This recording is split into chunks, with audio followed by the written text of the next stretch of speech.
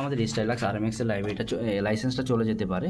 তো লাইসেন্স চলে গেলে আমরা যেটা করব, অবশ্যই ইন্টারনেটটা বন্ধ করে রাখবো। বন্ধ করে রাখে স্টাইলাক্স আরএমএক্স এর সফটওয়্যারটা ওপেন করব। ওপেন করার পরে এইখানে যে রিকোয়েস্ট আছে না, রিকোয়েস্ট অথরাইজেশন ফাইল, এখানে ক্লিক করব।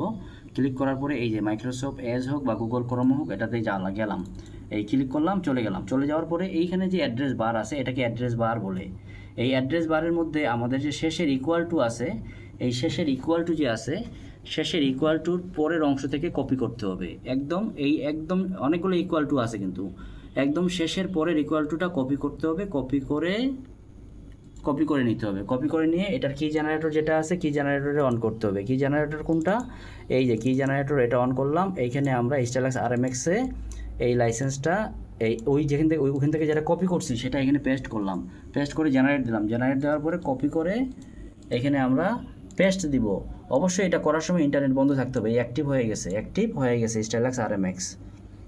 একটা সফটওয়্যারই সমস্যা করে, এটা হচ্ছে এটা।